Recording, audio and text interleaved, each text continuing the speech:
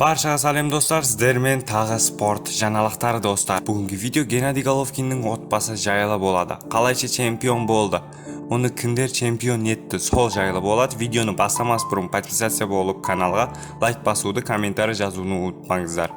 Біз бастадық онда. Геннадий Головкиннің отбасы жайлы мәліметтер өте көп емес. Барынша таныстырып өтеміз. Әкесі орыс, мамандығы бойынша шахтер.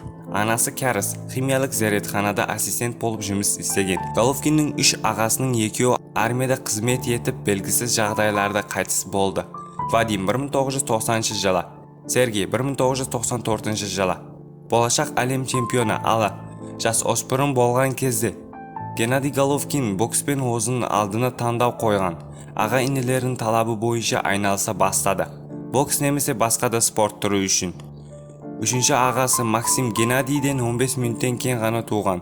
Сонымен қатар бокспен айналысқан және қазіргі уақытта бокстың қазақстандық еңбек сіңгері жаттықтырушысы болып табылады. Ағайындылар бір салмақ дәрежесінде өнер көрсетті, бірақ ешқашан бір-бірін күрескен емес. Егер олар жекпе-жек өткізсе, біреуі әрқашан жарыстан шығарылады. Осылай Максим 2004 жылғы Олимпиадаға іріктеуден бұрын ағасының пайдасына спорттан кетті. Қазір Геннадий командасында жұмыс істейді және чемпионға ұрысқа дайындық кезінде көмектеседі. Е.А. Бөкетов атындағы Қарағанды мемлекеттік университетіне дене шынықтыру факультетін бітірген. Енді Геннадий Головкин боксына келсек. Геннадий 2007 жылдың 7 шілдесінде бастап үйленді. Әйелі Алинамен бірге ол қоғамдық емес өмір салтына ұсталды. Бірақ оның 2 жоғары білімі бар.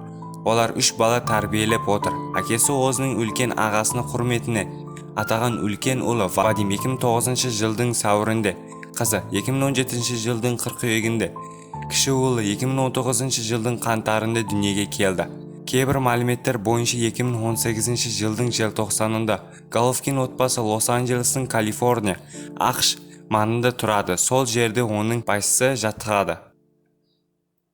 Головкиннің әуесқой мансабы ұзақ және мазмұнды болды. Геннадий өзінің алғашқы рәсми жекпе-жегін 11 жасында облыстық деңгейінде турнирде өткізді. Нәтижесінде ол сол жарыстың жеңімпазы болды. 2000 жылы Геннадий жартылай орта салмақ Будапештте жасөспірімдер арасында әлем чемпионатында жеңіп алды. 2001 жылы Шығыс Азия ойындарында өтіп, финалда Дэниел Гилді жеңді. 2002 жылда Астанада өткен командалық әлем кубогында қазақстандық құрамасы сапында күміс медалға ие болды. Головкин турнирдегі барлық 4 жекпе-жекті жеңді. Топтық кезде Қазақстан Әзербайжан матчында Джавид Тагиевтің жеңді. Ал Қазақстан Камерун Фостер Никоды мерзімінен бұрын жеңді. Қазақстан Ресей жартылай финалда матч аясында Андрей Балатовты жеңді. Ал финалда матчта кубалықтар 7-5 есебімен жеңіске жеткен. Қазақстан Куба Дамин Осты жеңді. 2002 жылы Пусанда оңтүстік Кореяда өткен Азия ойындарының алтын медалі жеңіп алды. Финалда Пхлич Сурияда нокаутке жеңді. 2003 жылы Бангкокта әлем чемпионатында алтын медаль жеңіп алды. Онда әлемде ресейлік Матв Карабовты жеңді. Содан кейін болашақ әлем чемпионы иегері ирландиялық Энди Лиді жеңді. Содан кейін тағы бір болашақ әлем чемпионы Румин Лучиан Бутты нокаутпен жеңді. 2-1 Кубада келген Йорданис Деспенерді жеңіп, финалда Украина боксшысы Алексей Машкинді нокаутқа түсірді. 2004 жылы Пуэрто Принцес Филиппинде өткен Азия чемпионатында алтын медаль жеңіп алды. 1-4 финалда оңтүстік кореялық Дук Джинчо жеңді. Жартылай финалда қырғыз Сымбатбек Расқоловты жеңді. Ал финалда жергілікті боксшы Кристофер Каматты 2 раундты тоқтатты. Тағы бір мәліметті атап өтейік, Геннадий Головкин Гиннес рекордтер кітабына кірген.